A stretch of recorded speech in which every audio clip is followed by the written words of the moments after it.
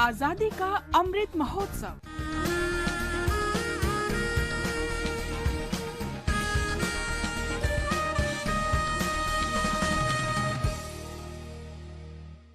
आजादी का सफर आकाशवाणी के संग। भारत का शानदार स्वाधीनता संघर्ष आधुनिक विश्व के महानतम संघर्षों में से एक है। आकाशवाणी से हम आपके लिए रोजाना ला रहे हैं इसी शानदार संघर्ष की झलक। उनकी राह में वतन के नौजवान शहीद हो, पुकारते हैं ये जमीन आसमां शहीद हो। आज के इस कड़ी में हम स्मरण कर रहे हैं स्वाधीनता सेनानी रोशन सिंह को। उनका जन्म 22 जनवरी 1892 को वर्तमान उत्तर प्रदेश के शाहजहांपुर जिले में हुआ था। पहाड़ तक भी कांपने लगे तेरे जुनून से, तू आसमां पे इनकलाब लिख दे अपने खून से।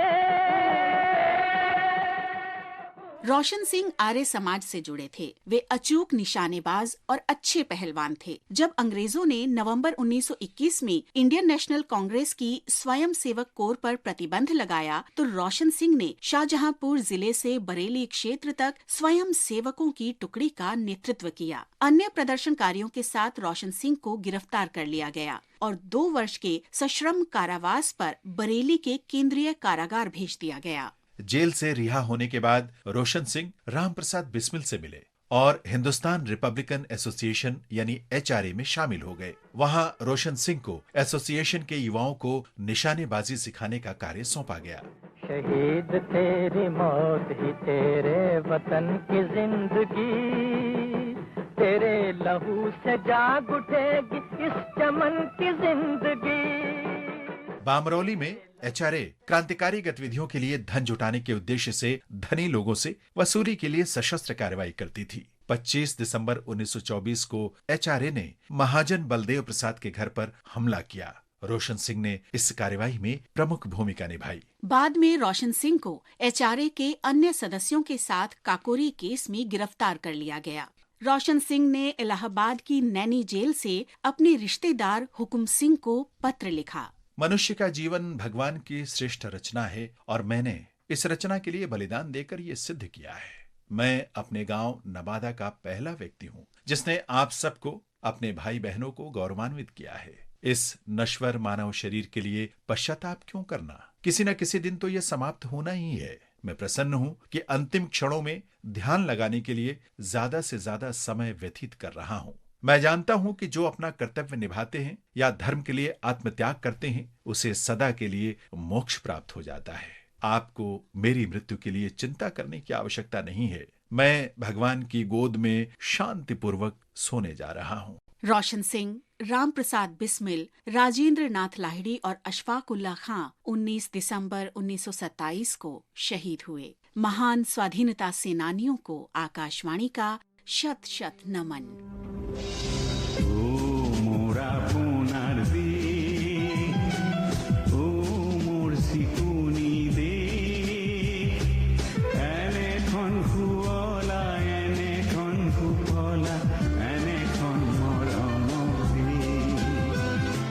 हम आज स्वाधीनता सेनानी और लेखक तरुण राम फुकन का भी स्मरण कर रहे हैं। उनका जन्म 22 जनवरी 1877 को असम के गुवाहाटी में हुआ था। देश के लिए असीम प्रेम के लिए उन्हें आदर के साथ असम का देशभक्त कहा जाता है।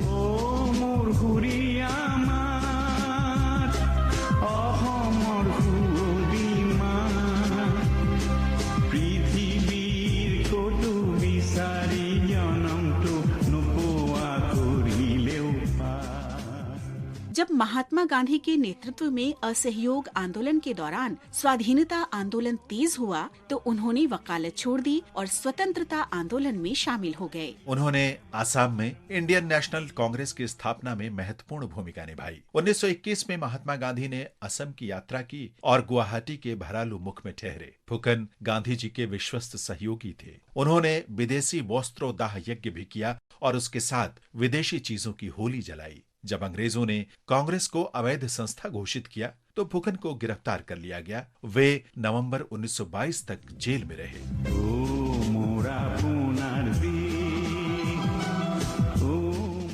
असमिया साहित्य में योगदान के लिए फुकन को 1927 में ग्वालपाड़ा सत्र में असम साहित्य सभा का अध्यक्ष निर्वाचित किया गया। फुकन समाज के वंचित वर्गों के शैक्षिक उत्थान सहित अनेक सामाजिक कार्यों में भी शामिल रहे। उन्होंने अस्पृश्यता के उन्मूलन और स्त्री पुरुष बराबरी के लिए भी संघर्ष किया।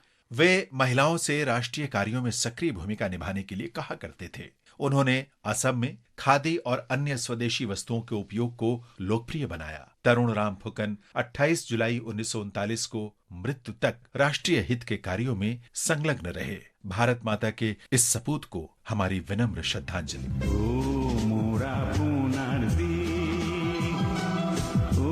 आजादी का सफर आकाशवाणी के संग श्रृंखला में आज बस इतना ही। कल फिर मिलेंगे एक नई कड़ी के साथ।